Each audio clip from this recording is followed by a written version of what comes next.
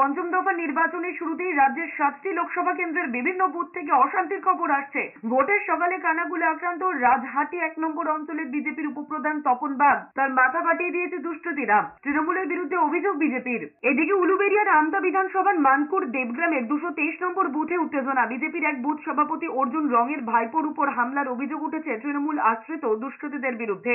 একইভাবে কল্যাণীর গয়েশপুরে বিজেপির বুথ এজেন্টকে মারধর করে বের করে দেওয়ার অভিযোগ উঠেছে তৃণমূলের বিরুদ্ধে। অন্যদিকে ব্যারাকপুর লোকসভা কেন্দ্রের ব্যারাকপুর বিধানসভার টিটাগড় 215 নম্বর বুথে উত্তেজনা। ভোট কেন্দ্রের ভিতরে বিজেপির বিরুদ্ধে ভুয়ো এজেন্ট বসানোর অভিযোগ উঠেছে।